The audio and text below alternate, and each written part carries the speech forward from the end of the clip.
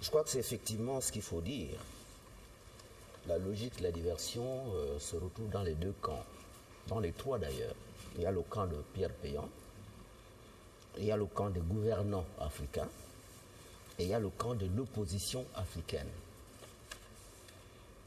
Du côté de Pierre Péan d'abord, je préfère ne pas l'appeler journaliste, je préfère l'appeler écrivain, parce que tel qu'il écrit, il n'obéit pas aux règles scientifiques, hein, à l'épistémologie de la communication et de l'information.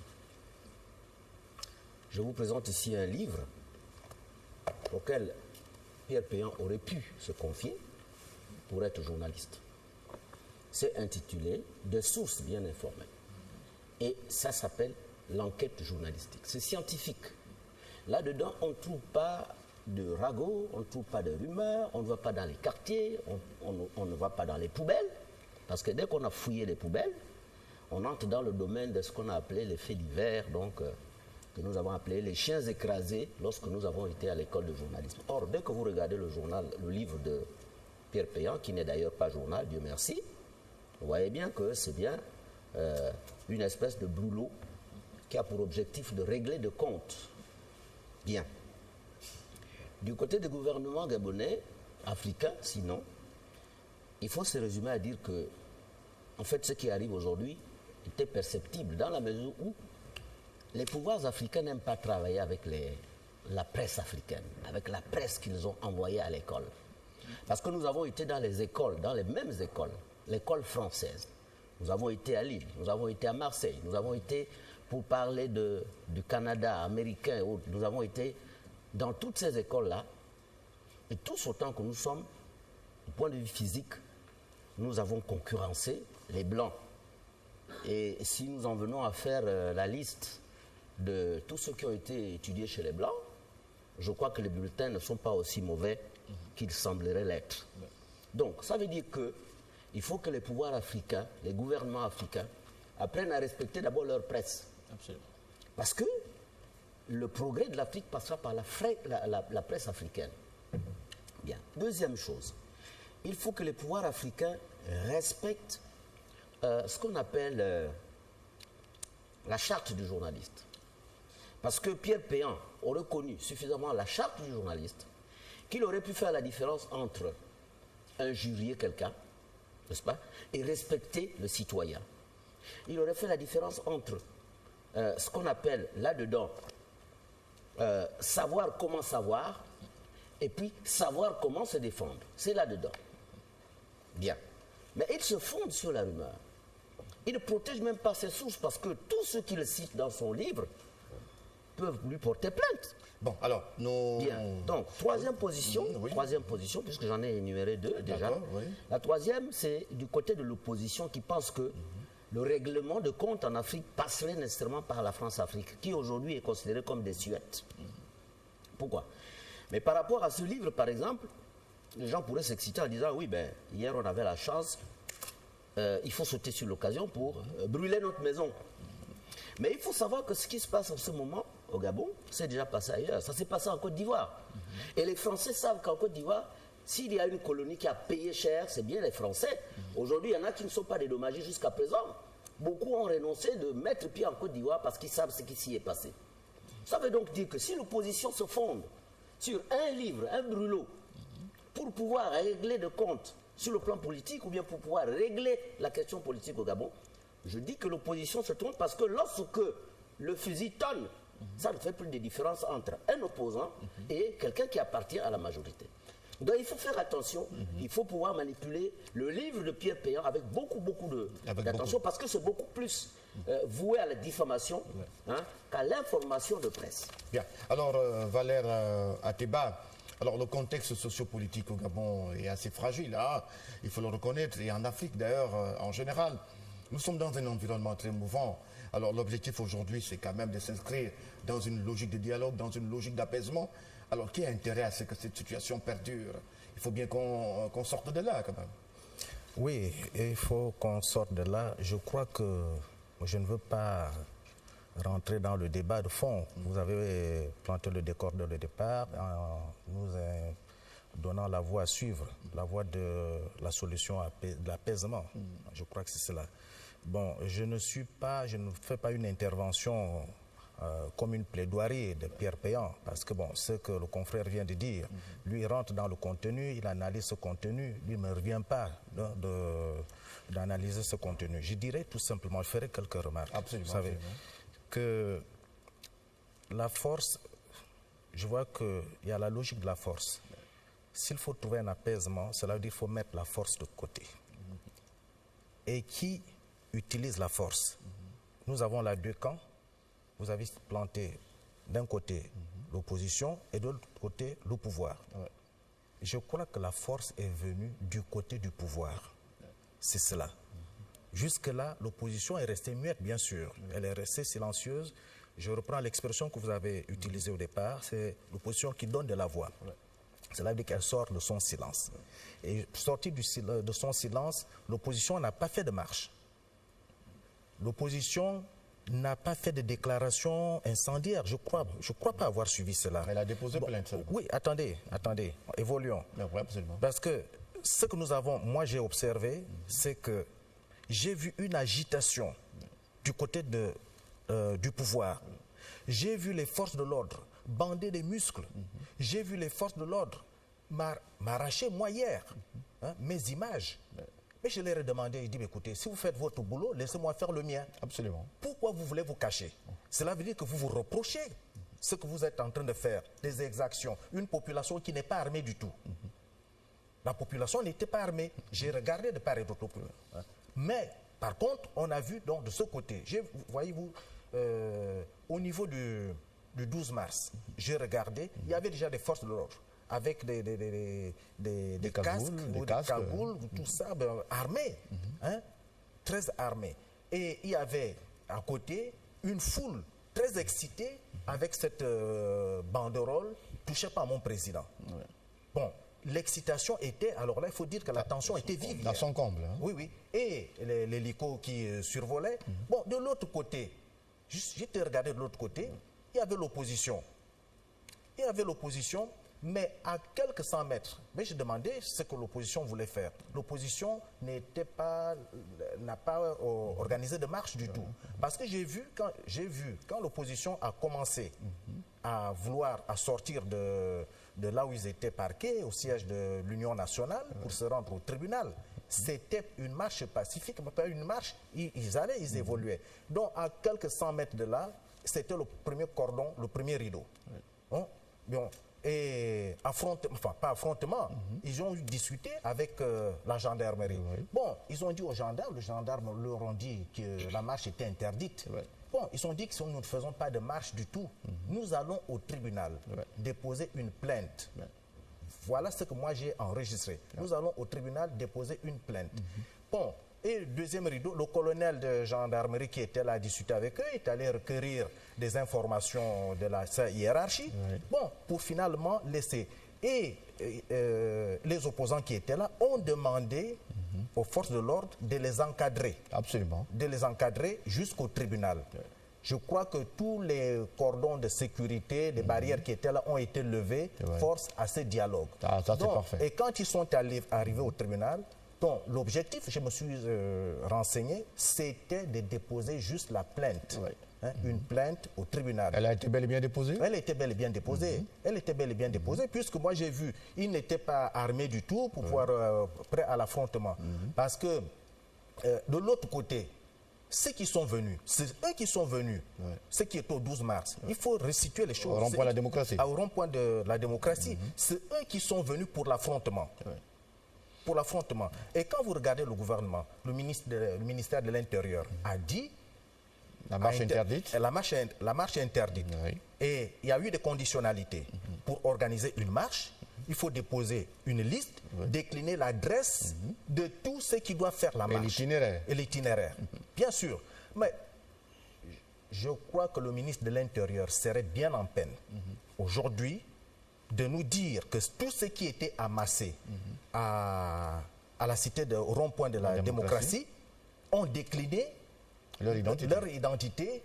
Donc, si vous voulez, la force, c'était dans le camp adverse. Alors, Si vous curieusement. voulez appeler l'apaisement, Ouais. ce n'est pas du côté de... L'opposition était dans l'apaisement, moi, ce que moi j'ai constaté. Ouais. Mais c'est plutôt la force, c'est de l'autre côté. Donc s'il faut dénoncer, c'est plutôt le pouvoir Absolument. qui use de la force. Alors, avant moi, Jean-Maurice, alors Elvire Bécalé, cet environnement sociopolitique est quelque peu troublé. Hein.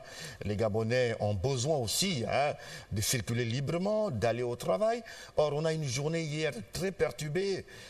Tout le monde n'est pas forcément favorable à tout ce qui se fait, aussi bien à gauche ou à droite. Hein. Comment avez-vous jugé quand même un peu ce climat qui semble devenir de plus en plus délétère? J'ai envie de revenir sur les principes d'une démocratie. Dans une démocratie, il y a des libertés fondamentales, comme l'organisation de manifestations pacifiques. Les Gabonais ont le droit d'exprimer leur mécontentement pour un sujet ou pour un autre. Absolument. Ça, c'est une chose. Maintenant, c'est vrai qu'il y a une législation qui est très réfractaire à certaines libertés démocratiques, parce que dans d'autres pays, les gens ont le droit de marcher, pacifiquement. Et la marche est simplement encadrée, sécurisée. Mais ils ont le droit d'exprimer qu'ils sont d'accord avec tel sujet ou tel sujet. Ça, c'est un premier point sur le front social. Concernant le livre de Pierre Péan, j'ai envie de dire, c'est payant. Hein, c'est payant. Hein? C'est payant, oui. C'est payant et c'est payant. C'est un livre qui a plus vocation à la manipulation hein, des plus faibles. C'est un acte politique d'une rare violence. C'est un acte politique finement pensé, parce qu'il écrit avec l'esprit du Gabonais moyen. Il faut le dire. C'est accessible à tous. Hein. Accessible, très accessible. Et la façon de le dire, c'est effectivement du Congo ça. Hein, j'ai l'impression que Pierre Péan voulait montrer au président gabonais qu'il est peut-être plus gabonais que lui. Je ne remets pas en question la nationalité du président de la République, mais il voulait montrer que c'est un homme qui connaît bien le pays. Et fort de cela, il a de l'influence et son opinion peut compter dans ce pays. Et c'est actuellement le cas. Je ne veux pas reprocher à l'opposition de se servir de ce livre. Je ne veux pas reprocher à l'opposition un hypothétique complexe du colonisé. Non, ça fait partie du jeu politique. Il y a un livre qui est sorti, qui est désavantageux pour le pouvoir. Ils ont le droit, concernant le jeu politique, de s'en saisir. Mais ils s'en sont saisis avec beaucoup de prudence. Ils n'ont pas fait d'allégations diffamatoires à leur tour, non. Oui, tout à fait. Ils s'en sont saisis avec beaucoup de prudence et de responsabilité. Et de responsabilité, oui. Hein? Alors Jean-Maurice Moubay-Binda, vous vouliez rapidement rebondir avant qu'on ne passe à l'autre aspect du Front social? Je voudrais faire un distinguo entre la situation qu'on a observée hier et l'apparition du livre. C'est vrai que les deux semblent converger dans le même sens, mais je crois que ce qui s'est passé hier, je ne suis pas tenté de dire que tel a tort, tel autre a raison. C'est vrai que lorsqu'on interdit la marche à gauche, on doit l'interdire également à droite. Et que lorsqu'on pense également que du côté droit, il y a de la force, il faut bien qu'il y ait de la force du côté gauche, parce que nous sommes sur un terrain politique. Il n'y a pas de raison que l'opposition s'arme, ou bien ait l'intention de s'armer, et que le parti au pouvoir ne puisse pas s'armer. C'est des bonnes guerres. Parce qu'on dit au village que les choses des bandits se règlent en bandits. Vous savez, la démocratie en Afrique, c'est quoi? Ça frise vraiment le ridicule parfois. Hein? Bon, nous allons certainement y arriver. Un opposant digne de ce nom, qui vient donner une information erronée, et qui, en retour, reçoit une espèce de camouflet, n'est-ce pas? Mais ça ne fait pas respecter l'opposition. Nous allons certainement y arriver. Oui, tout à l'heure. Oui. Maintenant, quant à Pierre Péan, moi je redis que Pierre Péan est logé à l'enseigne des écrivains. Il n'est pas logé à l'enseigne des journalistes dignes de ce nom.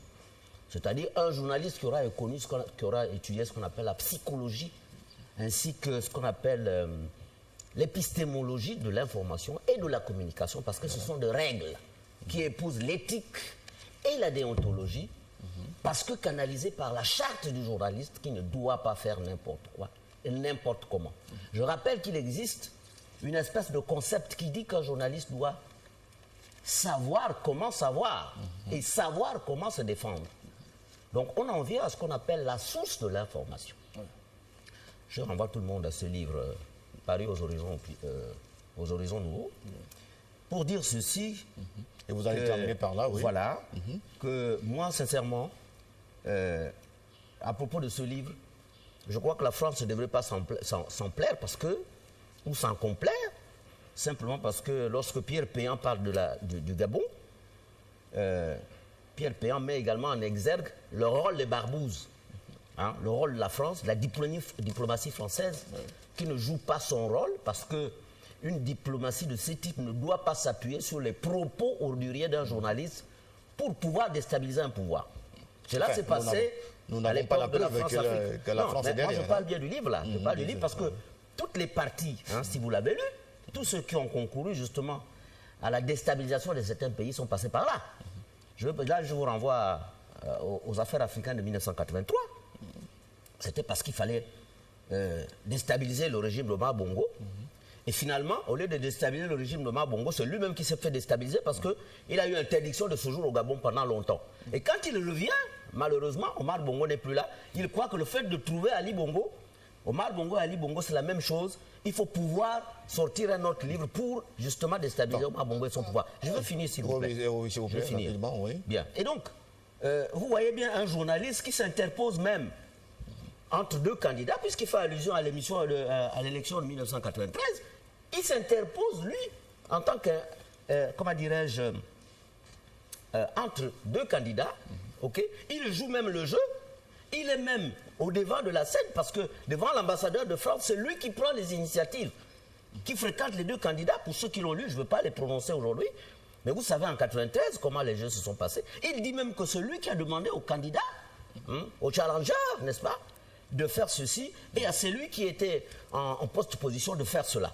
Malheureusement pour lui, il est surpris lorsqu'on lui dit de rentrer en France parce que la décision qu'il venait de demander de faire ou de prendre, la décision est tombée avant même qu'il n'arrive en France. Ça veut dire qu'il a été pris pour léger personnage. Bien, alors, oui, Valère, Ateba, oui. Oui, je crois que si vous voulez de l'apaisement, je crois qu'il faut savoir... il faut plus qu'on rentre dans le... Non. Il faut restituer les choses. Vous êtes libre de dire ce que vous voulez. Il faut qu'on s'inscrive dans une logique, la logique de l'apaisement. On ne va plus rentrer dans le contenu du livre. Et encore que moi, je dis, je ne suis pas le porte-parole de l'opposition, puisque je n'en ai pas reçu le mandat, mais du moins, j'essaie de regarder comment il y a eu cette agitation, la gestion autour de ce livre. Tout à fait. Mais je vais quand même faire remarquer à mon confrère que Pierre Péan était interdit de séjour au Gabon, mais c'est bien Omar Bongo qui l'a reçu. Et Omar Bongo, il a bien dit, écoutez, quand j'ai dit à mes ministres que je devais recevoir, de se mettre à boire de côté, que je devais recevoir Pierre Péan, mais il y en a qui étaient étonnés. En fait, voyez-vous, donc la sagesse d'Omar. Mais quand vous prenez, vous rentrez dans les contenus, si vous rentrez dans les contenus, je peux faire relever quelques aspects. J'ai parlé de la frilosité du côté du pouvoir. Une frilosité, c'est-à-dire le pouvoir a fait montre de frilosité et de manque de sagesse. En principe. Je vais m'expliquer. Vous savez, quand vous regardez dans les contenus, je crois que, je ne sais pas si cela, ou c'est des actes incontrôlés et irréfléchis, parce que quand quelqu'un dit, j'ai connu Ali, il fait une sortie, j'ai connu Ali Bongo à 9 ans. Laisse supposer qu'avant 9 ans, je ne l'ai pas connu. Quand dans le camp d'en face, il dit Ali est né pendant la guerre au Congo, n'est pas une preuve matérielle. Hein? Cela veut dire qu'en fait, moi, comment je vais l'analyser en tant que journaliste? Cela veut dire que je suis obligé de rentrer dans analyser ses propos. Et quand l'autre camp, le camp toujours d'Ali, dit les deux panthères des armoiries symbolisent Ali et Pascaline d'un côté. Non, attendez. Je crois, ça veut dire, ça pousse toujours à analyser. Donc, on ne peut, et puis, quand on dit oui, la vie privée, je me dis, attention, où commence la vie privée? Dès lors que, je crois que la vie privée, c'est dans la chambre. Dès lors qu'on se propose de parler au nom du peuple, au nom de la nation, c'est qu'on a choisi d'exposer sa vie. Cela veut dire que le peuple et la nation veulent savoir qui gouverne, qui les dirige. Hein? C'est ça, je crois que dans ce cas. Et si vous voulez, bon, tout ce qu'on a dit sur j'ai connu Ali à l'aise, je l'ai connu ceci, c'est de la romance, de la pure romance, sans preuve matérielle. Je crois que ce que je veux dire, c'est que, en tout cas, on sait que ceux qui utilisent la force, vous l'avez dit, s'il faut l'apaisement, c'est que on sait jusqu'où peut mener la force et les revers de la force. Parce que ceux qui sont au pouvoir, quand ils utilisent la force, mais il y a la force peut changer de camp en un temps record. Et qu'est-ce qui arrive après? C'est que ceux qui étaient au pouvoir prennent la fuite. Hein, dans la minute qui suit, hein, tout de suite, ils prennent la fuite. Donc, ce n'est pas cela. Est-ce que c'est ce que nous voulons? Non, je crois que ce qu'il nous faut, c'est plutôt, dans ce conflit, je crois qu'il faut trouver la solution doit être politique. Absolument. Elle doit être politique, je ne la vois pas juridique, je ne la vois pas l'usage de la force. Elle doit être politique. Voilà. Et c'est pourquoi, moi, si vous nous avez lu, je crois que nous avons demandé, nous ne cessons de faire référence à l'appel au dialogue de René Ndemezo, de René Randemino Konike, de Paul Yogemba, de Casimir Oyemba, qui demandait aux Gabonais de s'asseoir autour d'une table pour pouvoir trouver des solutions. Omar Bongo, je crois que il est resté au pouvoir pendant 43 ans, hein, en usant du dialogue. Et le dialogue, je crois que c'est une arme qui doit désarmer cette force qui est même superficielle. Voilà, alors Elvire Bekale, aujourd'hui il s'agit de calmer le jeu. Alors nous entrons dans la logique de l'apaisement, parce qu'il faut bien que ce climat cesse. Hein. Et nous allons terminer par là avant de rentrer sur l'autre aspect, sur le front social. Oui.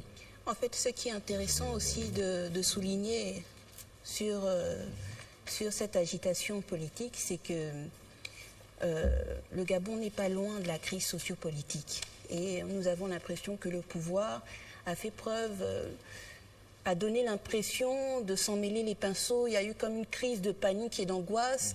Et il y a comme un manque de préparation à ce type de situation de crise. C'est-à-dire on prend des décisions à la va-vite. Et souvent, lorsqu'on fait usage de la force, comme le grand frère l'a si bien dit, quand on fait usage de la force, on peut... la répression, le tout répressif peut induire une révolte. Alors qu'avant même la sortie du livre, il y avait déjà pas mal de grèves, il y avait pas mal de mouvements d'humeur, il y avait pas mal de plaintes, il y avait pas mal de choses que les Gabonais déploraient dans leur pays. Voilà. Nous voulons l'apaisement, mais il faut que le pouvoir puisse comprendre également que ce n'est pas parce qu'ils sont en position de force qu'ils doivent faire usage de la force. Parfois, quand on est en position de force, il faut aussi faire preuve de consensus et de conciliation. Peut-être qu'il est temps d'être un peu plus large et plus ouvert. Oui, alors Jean-Maurice, nous savons qu'il y a un fait indéniable au Gabon, c'est le consensus, la recherche du consensus. Allons-y dans le consensus. Vraiment plus dans les détails du consensus, oui, mais sécurisation aussi, oui. Parce que quand vous dites que le pouvoir présente la force, je dis non. Vous savez que pour défendre le pouvoir, il faut bien de la sécurité, n'est-ce pas? Hein? Bien. Et que le citoyen, pour le défendre, il faut bien qu'il y ait aussi les forces de l'ordre et de sécurité. Moi, ce que j'ai trouvé, excusez-moi, ce que j'ai trouvé étrange, c'est que finalement, on va accorder la pipe, mais les premiers à en bénéficier, ce sont les forces de défense. Mais c'est des bonnes guerres. Il faut bien que ce soit les forces de défense. C'est une façon aussi de corrompre, de monter les frères, de monter les uns contre les autres, en fait. Chacun doit défendre ses intérêts. Si vous voulez la pipe, allez mater vos frères. Moi, c'est juste une interprétation. Qu'est-ce qu'on dirait alors de la communication qui n'est même pas... Alors, Jean-Maurice... On a cité ceux qui devaient être bénéficiaires, la communication n'est pas dedans, cependant. Alors, Jean-Maurice, sur le consensus, je ne crois pas que... On va terminer sur le consensus. La communication n'a pas d'armes pour pouvoir réprimer ce qui marche en même temps. La communication à l'arme, la plume, là, c'est plus que l'arme. Bien, Jean-Maurice, sur le consensus. La plume ne tue pas, en tout cas. Sur le consensus. Personne n'est mort avec la sortie du... Personne n'est mort avec la sortie du livre de Pierre Péan. Non, mais allez-y, monsieur, continuez. S'il vous plaît. Dans ce moment. Jean-Maurice Moubé-Bida, la recherche du consensus. La recherche du consensus, oui. Mais il faut également sécuriser l'État. Vous savez, ce sont des donnes qui sont purement fondamentales. Il faut de la sécurité. Si on veut faire la paix, n'oubliez pas, on dit que qui prépare la paix prépare également la guerre, n'est-ce pas? Qui veut la paix prépare. Pardon, qui veut la paix prépare la guerre. Ça, c'est le discours du consensus. Permettez, ce n'est pas un discours du consensus. Voilà. Ce n'est pas un discours du consensus. Allez, Jean-Maurice va terminer. De toute façon, vous savez que lorsque c'est comme ça... C'est le débat de... Je voudrais vous renvoyer à ce qui s'est passé. Je voudrais vous renvoyer à ce qui s'est passé à l'Assemblée nationale. Vous avez vu le scénario de l'Assemblée nationale? Vous pensez que quand on va à l'Assemblée nationale, on bousille tout au passage? Rien n'a été bousillé là-bas, c'est qui semble. Enfin, on bouscule. Hein? Quand on arrive, on bouscule, on insulte. Hein? L'autorité parlementaire, vous trouvez que ça c'est normal? C'est de l'éducation politique ça? Je dis non. Il faut savoir respecter les institutions de la République. Et le pouvoir a le droit de défendre les institutions de la République lorsqu'elles sont menacées. Permettez-moi, monsieur, s'il vous plaît. Quand vous avez parlé, je ne vous ai pas interrompu. Bien. Ce qui s'est passé à l'Assemblée nationale, je dis quoi? Je dis que bon, ben écoutez, on peut se lever. Pourtant, ce n'est même pas le président de l'Assemblée nationale qui donne les salaires ou les pipes. C'est pas lui. C'est lui qui conçoit comment dire, les textes. C'est le palais du peuple. C'est le palais du peuple. Mais quand on va voir le peuple... Le palais du peuple. Mais quand le peuple va voir se le rend peuple... dans son palais. Vous le lui reprochez. Vous dites que vous sécurisez quoi? Ils sont pas armés. Mais quand le peuple se rend dans le palais du peuple, permettez. Ils sont pas armés. Ils vont au palais de justice pour déposer vous avez parlé Jean-Maurice, attendez. pour déposer une plainte. On leur repose. Jean-Maurice, attendez. Allez-y. Vous avez parlé, je ne vous ai pas interrompu. Allez-y. Le peuple ne va pas insulter le peuple. Je suis désolé. Ok? Le peuple qui entre dans sa maison doit d'abord commencer par respecter sa propre maison. Alors quand on insulte celui qui commande le peuple, je dis là, ce n'est plus le peuple qui commande le peuple. C'est plutôt le peuple qui insulte le peuple. Je suis désolé. Maintenant, à propos du consensus, mais vous savez que le consensus c'est quoi? Mais le consensus peut tuer le consensus. Hein? Généralement en Afrique, lorsqu'on se réunit, c'est pourquoi? C'est pour se partager les postes. Or, ce que nous voulons aujourd'hui, ce n'est plus le partage de postes, c'est fini, le chantage. Ce que nous voulons maintenant, c'est travailler, se mettre au service du peuple. Et vous savez que pour avoir la plus-value en termes de travail, il faut bien qu'il y ait de la productivité. Il faut qu'il y ait de l'argent qui tourne. Il faut qu'il y ait des investissements. Et ce que nous faisons en ce moment, c'est quoi? Ce n'est pas de la rigolade. Il faut qu'il y ait de la plus-value. Et puis, il faut que les gens arrêtent de se retrouver. Oui, il faut qu'on en discute, qu'on en discute. À propos, la conférence nationale de 90, qu'est-ce qu'elle a donné? Elle est aujourd'hui en compromission. Regardez le Conseil national de la communication aujourd'hui. Comment elle régule la communication? Est-ce que c'est normal? C'est une institution, pourtant, qui est issue de fameux accords de Paris. Le reproche à qui? Mais le reproche aux politiques qui s'en servent. Les politiques qui s'en servent pour pouvoir manipuler les intentions des uns et des autres. C'est la même politique, c'est la continuité. J'ai dit, il faut qu'on arrête avec l'histoire de se retrouver en consensus. C'est la continuité. De toute façon, le président de la République est ouvert. Je ne veux pas être défenseur de la présidence de la République. Mais j'ai dit... Vous êtes bien, vous jouez bien ce jeu? Bon, bien, si je peux bien jouer, je suis journaliste, je suis libre. Jean-Maurice, vous avez joué le jeu de l'opposition. Pas du tout, j'essaie d'équilibrer. Quand vous dites que la force vient du pouvoir... Mais c'est ce que j'ai constaté. Alors, ça veut dire que vous mettez du camp de l'opposition. Permettez que moi aussi je me rende du côté de la majorité. Non, je ne me range pas du tout. Permettez-moi de terminer. Alors, je dis ici, il y a consensus. Il va terminer avant Valère. De toute façon, le consensus, il est là. Il concerne beaucoup plus la corporation. Le 17, le président de la République reçoit la corporation. Il appartient à toutes les corporations de s'exprimer. Et puis, il faut qu'on retienne une chose. Nous sommes une république, une et indivisible. Il n'y a pas plus gabonais que autre. Il n'y a pas plus d'ONG ou de syndicat supérieur à l'autre. Il faut que, si tout le monde veut qu'il y ait apaisement, que d'abord nous soyons logés à la même longueur d'onde, n'est-ce pas, sur les mêmes pieds, avec des argumentaires qui puissent convaincre.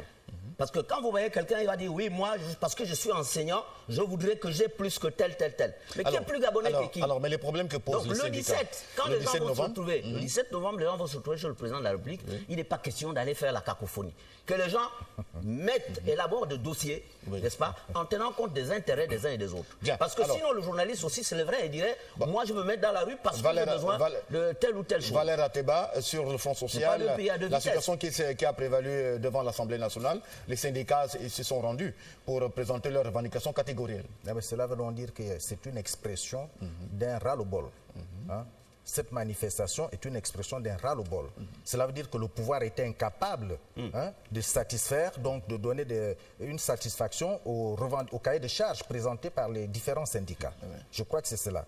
Donc ce pouvoir, je vous fais depuis 5 ans, depuis 5 ans, c'est pourquoi les autres mettent la pression en disant que depuis 5 ans, nous attendons, nous ne voyons rien de concret. De ce côté, d'accord. Bon, donc, mais il y a la manière. Mais alors, s'il y a cette morale à donner, mais je ne sais pas, bon, Si vous êtes moralisateur, allez-y, allez leur faire les leçons. Mais je vois que... Non, je vois plutôt... S'il vous plaît, Jean-Maurice. Je vois des travailleurs, je vois le peuple qui se rend. Ils ne sont pas rendus à la présidence de la République. Ils se sont rendus au palais du peuple pour demander à leurs représentants de se battre pour eux, de prendre en compte leurs revendications. Après avoir insulté. Écoutez, mais c'est une expression d'un ras-le-bol, j'ai bien dit. Mais je crois que s'il faut revenir sur le front social, comme nous y sommes déjà, oui, nous sommes déjà sur le front social. Je crois qu'il faut planter le décor. Okay. L'on se rappelle qu'en janvier 2013, lors de la présentation des vœux à l'administration au Premier ministre, Raymond Donsima, alors Premier ministre de l'époque, avait initié un vaste projet, celui de la révision du Code du travail, celui de la révision des conventions collectives et avec les élections professionnelles. Il y a eu après un changement de gouvernement. Donc Donsima est parti, arrive donc le professeur Daniel Onando qui prend ce chantier en main et continue à piloter le dossier. Il y a eu des propositions qui avaient été faites. Les premières propositions donc, ont été envoyées au BIT, le Bureau international du travail, qui est l'organe exécutif de l'OIT. Il y a eu donc, le BIT avait émis des avis. Parmi ces avis, le BIT demandait d'associer les travailleurs et les employeurs, dont le patronat. Donc ils devaient se retrouver et il y a eu deux moutures. Donc ces deux moutures ont été envoyées à nouveau. Donc jusque-là, il faut en fait une mouture définitive qui soit adoptée par le gouvernement. Donc, et le gouvernement devra l'envoyer au CS, au Conseil économique et social et à l'Assemblée nationale. Bon, jusque-là, on n'en a rien abouti parce qu'il faut qu'une mouture soit adoptée. Je crois, j'espère que donc lors du rendez-vous, de l'audience que le chef de l'État va accorder le 17 novembre prochain, il va booster les travaux pour qu'on en arrive à une mouture définitive qui puisse donc on puisse envoyer au CS et à l'Assemblée nationale pour l'adoption définitive et ainsi peut-être trouver un cadre légal pour la résolution des différentes revendications. Alors, Elvire Bekali, sur les négociations que le chef du gouvernement a engagées sur la révision du Code du travail, comment avez-vous apprécié au niveau de la Nouvelle République la démarche du chef du gouvernement? Ça participe aussi à l'apaisement sur le front social. Bien sûr. Vous vous appelez Elvire Bekali, je suppose. Non. Donc, ce que je peux dire sur le Code du travail qui va être réformé, il y a beaucoup de réformes législatives au Gabon en ce moment depuis 5 ans. Mais le souci du Gabon, c'est est-ce que le système judiciaire est véritablement en marche? Est-ce qu'il est fonctionnel? Parce qu'on vote beaucoup de lois, on fait beaucoup de réformes au niveau des lois, mais est-ce qu'il y a un suivi? Est-ce que les lois sont appliquées? Est-ce que ce n'est pas juste de la paperasse? Est-ce que le travailleur gabonais, l'employé, le commerçant a la possibilité, a les moyens de faire valoir ses droits sur le plan du travail? Est-ce que cette réforme du Code du travail est en partenariat avec l'OIT, l'Organisation internationale du travail? Est-ce qu'elle est conforme au droit du travail international? Il y a toutes ces prérogatives qui doivent être davantage scrutées, même avec les syndicats. Les syndicats doivent participer à la réforme de ce Code de travail. Alors, ça, c'est mon point de vue. Alors, Jean-Maurice, on va terminer donc sur les négociations relatives donc au Code du travail. Vous estimez aujourd'hui que la législation dans le domaine doit véritablement être révisée? Mais Sylvain, l'apaisement passe bel et bien par là. Absolument. Si nous voulons de l'apaisement, il faut bien d'abord que les textes qui vont accompagner ce dialogue soient bien conçus, bien perçus.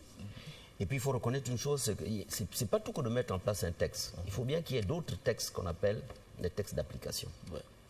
Et que ces textes d'application doivent s'arrimer aux réalités connues ou bien vécues par le citoyen lambda. Bien.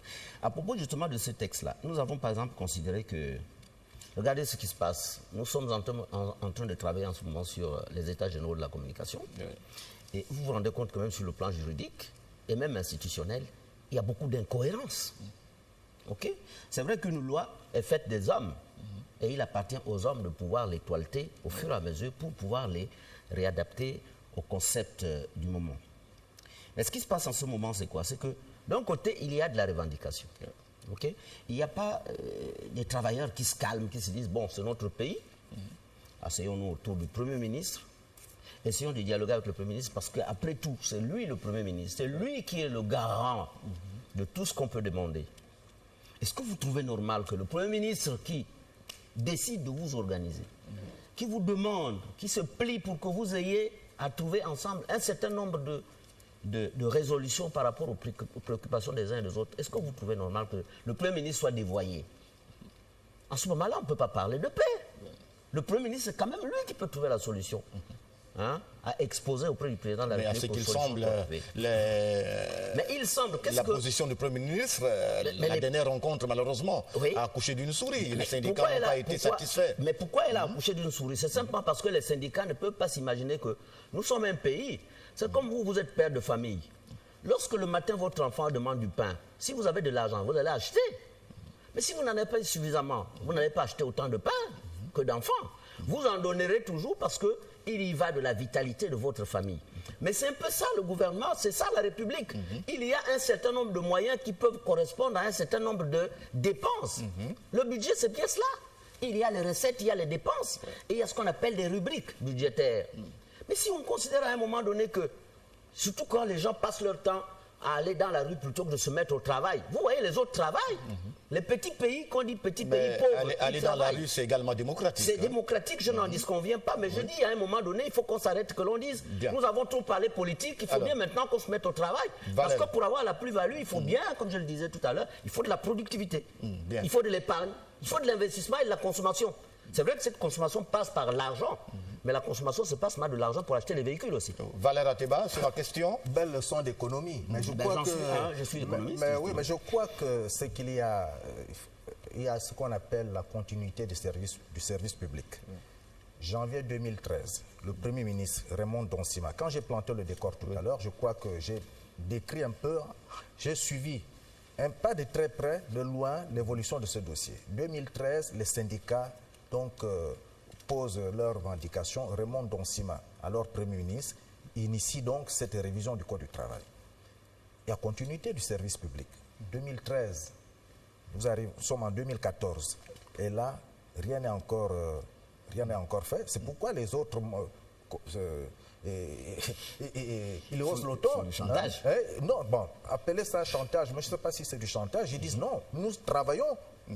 Ils mettent la pression quand même. Ils mettent la pression. Nous travaillons depuis longtemps, mais nous n'obtenons pas satisfaction par rapport à notre cahier de revendications. Donc c'est pour cela qu'ils mettent cette pression. Je crois que cette révision elle est importante parce qu'il y a beaucoup d'aspects. Il y a la conclusion et l'exécution du contrat, il faut voir la résiliation du contrat, l'emploi de la main-d'œuvre étrangère, les questions de l'inspection du travail, les syndicats professionnels. Il faut voir, quand vous voyez, j'ai regardé, vous prenez un avis, l'avis du Bureau international du travail à ce sujet concernant l'inspection du travail. C'est que le Gabon a sa spécificité. Le Gabon demande que tous ces conflits, les conflits par exemple entre employeurs et employés dans le domaine privé, passent par l'inspection du travail. Le BIT demande plutôt, interdit cette démarche. Parce que pour le BIT, l'inspection du travail ne doit pas jouer ce rôle d'arbitrage parce que la loi dit que l'inspection du travail doit tenter une conciliation pendant 3 mois. Pendant ces 3 mois, au bout de 3 mois, s'il y a non-conciliation, on envoie le dossier au tribunal. Voyez-vous, pendant ces 3 mois, le travailleur, lui, il paye, il trime. Il est soumis à la précarité.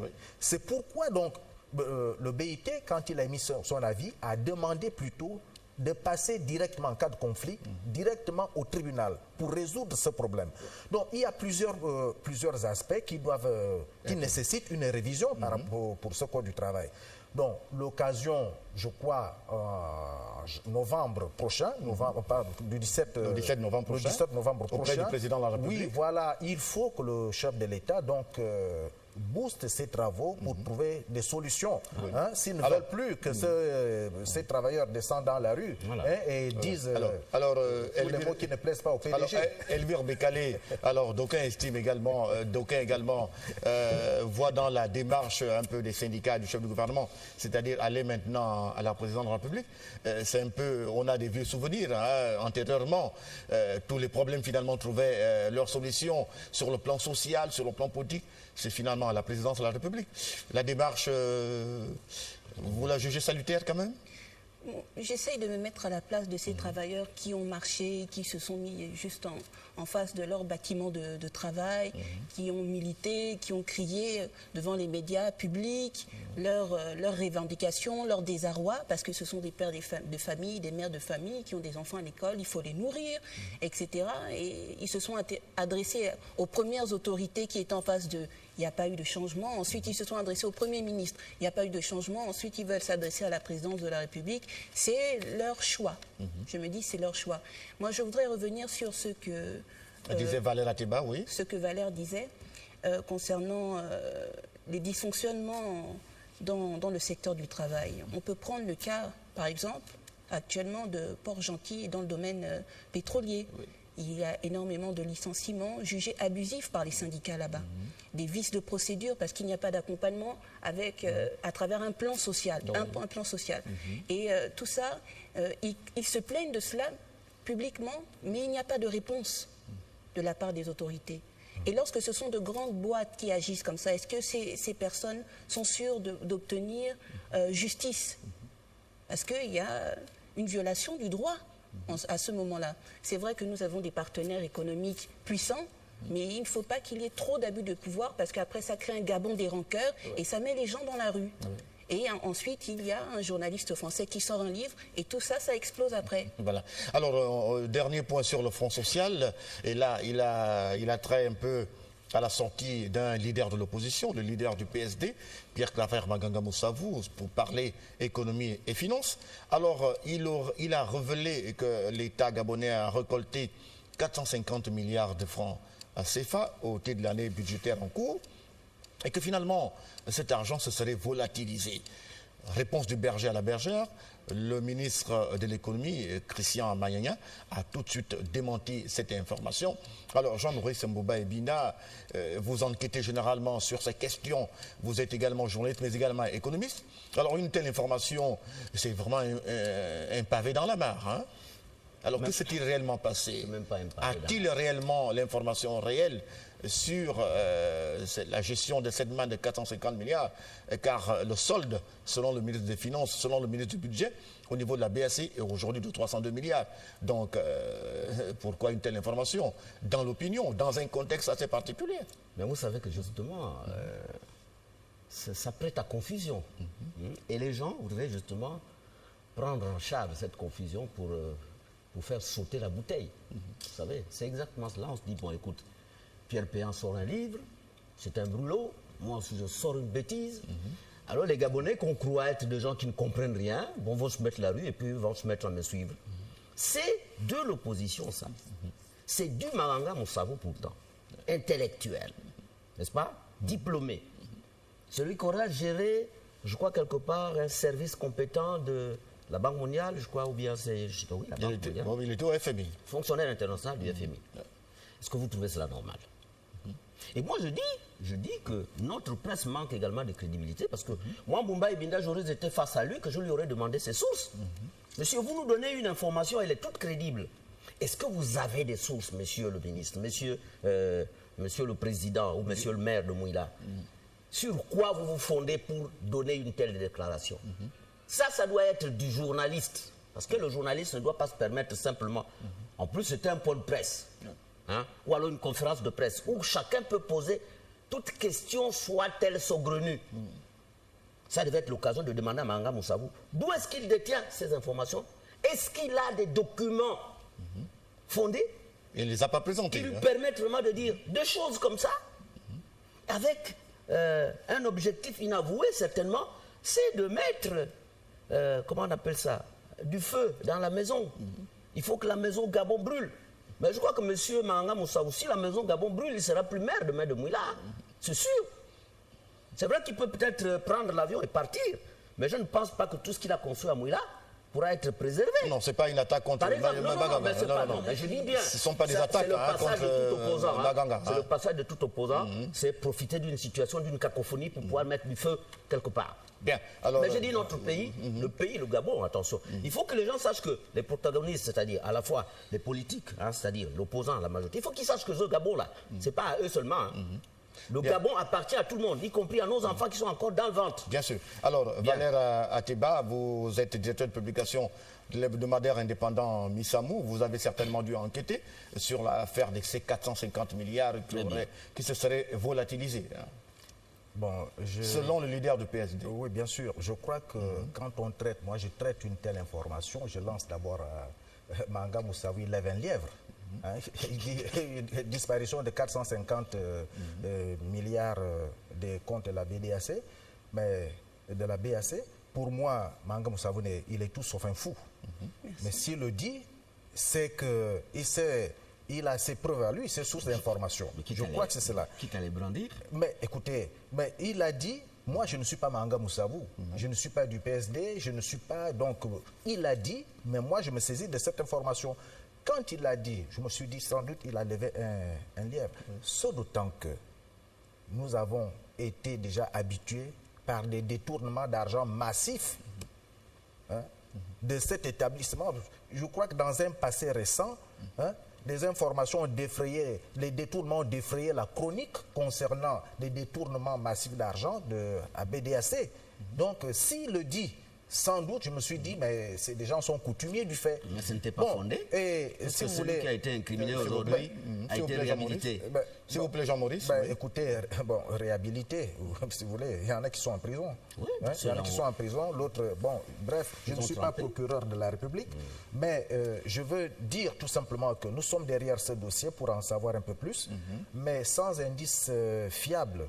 Bon, on ne peut se lancer dans des publications basées donc, sur ces déclarations qui paraissent parfois, qui ont des allures d'allégation ou de présomption. Ben, ça vous fait plaisir, bien sûr, mais du moins, nous sommes sur ce dossier. Et je peux dire que dans les semaines qui suivent, nous aurons peut-être d'autres arguments et vous allez nous lire. Bien sûr. Alors, Elvire Bekale, on a vu que le ministre du Budget a vivement réagi en démentant, en rejetant ces informations. Il s'inscrit en faux contre les accusations, les allégations, ce qu'il a qualifié d'allégations de Pierre Claver Mahanga Moussaoui.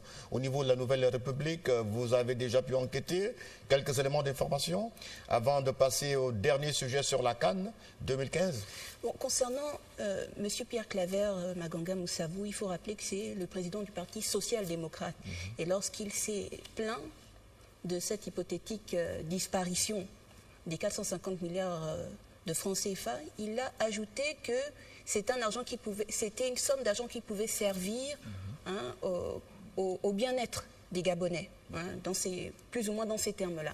Donc je pense que c'est un homme responsable qui était plutôt soucieux de bien faire que soucieux de jeter de l'huile sur le feu. Nous sommes à un débat de presse, pas un débat politique, donc il est important d'être un minimum objectif. Absolument. Et un peu plus essayer de dépassionner le débat. Concernant le ministre du Budget qui vient faire un démenti, ce qui est tout à fait normal, il est dans son rôle. S'il estime que c'est pas vrai, il dit que c'est pas vrai. Et il faut souligner quelque chose que Valère encore a dit, c'est que selon l'indice Mo Ibrahim de la bonne gouvernance, en 2014, le Gabon a perdu encore 3 points. Donc c'est vrai que le FMI a fait une sortie pour dire que... Insatisfait quand même, hein? Qu'il fallait garder le cap, mais en matière de redevabilité, de transparence, de corruption et de bonne gouvernance, le Gabon, bien qu'il ait gagné quelques petits points, quand on décrypte un petit peu, ses résultats en matière de bonne gouvernance, il a quand même perdu 3 places par rapport à l'année dernière. Donc ce qui veut dire qu'en matière de bonne gouvernance, il y a encore beaucoup de choses à faire. Donc c'est vrai que cette information, nous ne l'avons pas traitée dans notre mais dernière vous allez la parution. traiter certainement. Oui, peut-être. C'est au Peut-être frigo. ici. Vous avez Voilà. également une rubrique économique quand même dans le journal. Oui, hein. bien sûr, on parle des choses économiques, ça va dépendre de l'actualité. Vous au irez à la moment où- BAC quand même? Regardez de près ce qui se passe? Oui, bien sûr. La dernière fois, nous avons parlé de certains dysfonctionnements, même par rapport à cette banque des États d'Afrique centrale. Oui. Donc, je ne dis pas que nous n'allons pas en parler, mais nous n'en avons pas encore discuté à notre rédaction. Donc, pour terminer, je Voilà. vais simplement Oui. dire que, bon, c'est un pavé dans la mare et un pavé qui a été retiré de la mare. Fin de l'histoire. Voilà. Alors Jean-Maurice, le Gabon en tout cas a obtenu un satisfecit de la part du Fonds monétaire international, dont la directrice était de passage à Libreville. Bon, une telle information, peut-être c'est pour saper les efforts du gouvernement? Vous savez, moi je reviens pour dire que elle dit bien que c'est un pavé dans la mare qui a été levé. Moi je dis ce pavé dans la mare est dangereux. Pourquoi? Vous savez que lorsque, en termes économiques, il suffit d'un petit bruit parlant de l'argent pour que les mécanismes du marché changent. Aujourd'hui, les Gabonais se plaignent pourquoi la vie est chère. Mais les Gabonais ne savent pas quelle est la masse monétaire en circulation au Gabon. Les Gabonais ne savent pas que le prix d'un produit est fixé en fonction de l'offre et de la demande. C'est-à-dire la quantité qui est offerte sur le marché à mettre en rapport avec la quantité qui est demandée. Ils ne savent pas qu'aujourd'hui, si le manioc coûte cher, c'est parce que simplement, il n'y a pas beaucoup de Gabonais qui plantent du manioc. Que lorsqu'il y aura beaucoup de manioc sur le marché, il ne coûtera plus cher par rapport à la demande. Si on considère à un moment donné que la demande reste fixe et que la quantité de manioc offert sur le marché a augmenté, nécessairement les prix vont se briser. Bien. Bien. Mais souvent les gens disent, et là ce sont même les politiques qui n'expliquent pas aux Gabonais pourquoi la vie est chère. Aujourd'hui par exemple on a la pipe, n'est-ce pas? Pour ceux qui ont eu beaucoup d'argent de la pipe, vous savez là ils vont partir, ils vont aller à l'extérieur acheter des voitures, ou bien aller dans les salons de véhicules pour acheter des véhicules. Mais ça, on n'a pas boosté la consommation. On a boosté ce qu'on appelle la consommation outrancière. OK? Pour préférer cela à autre chose, c'est-à-dire travailler pour les économiquement faibles. Qu'est-ce qu'on aurait pu faire? C'est-à-dire il faut voir la transversalité en disant la couche la plus faible ne consomme pas beaucoup, donc donnons-leur un peu d'argent, parce que celui qui a une petite maison à Kingele, qui reçoit 200 000, 300 000 francs, je ne pense pas qu'il puisse acheter une voiture. Il va nécessairement soit chercher à améliorer son habitation, soit chercher à consommer davantage. Allons-y à l'essentiel. L'essentiel, je suis en train d'expliquer ce qu'elle a appelé laver dans la mer. Cette information qui a été donnée par Manga Moussa, vous savez que ça peut faire boule de neige. Vous savez, non seulement l'opposition peut s'en saisir pour ergoter autour, mais également la population qui est plus vulnérable. Elle va se dire, mais enfin, au moment où nous sommes en train de revendiquer que nous ayons de l'argent, que nous ayons la pipe, que nous ayons ceci, cela, il y a de l'argent qui sort par la fenêtre. Mais le président de la République lui-même a tenu un conseil sur la santé où il a déploré qu'il y avait certains détournements. On arrête de faire comme s'il n'y avait pas de détournements. Mais attendez que je parle, s'il vous plaît. Allez-y. Vous avez parlé, je ne vous ai pas interrompu. Jean-Maurice, oui. Et là, vous me coupez même le fil d'idée. Vous voyez? Bien. Et donc, c'était pour dire quoi? C'était pour dire qu'il faut arrêter avec des fausses nouvelles. Surtout lorsqu'on n'est pas convaincu de ce qu'on dit. C'est valable pour nous, la presse, vous, la presse privée, et la presse gabonaise également. Toute la presse gabonaise est logée à cette enseigne-là. Voilà un livre. Si vous ne l'avez pas, madame, il faut l'acheter. Celui-là. J'en connais d'autres. Voilà.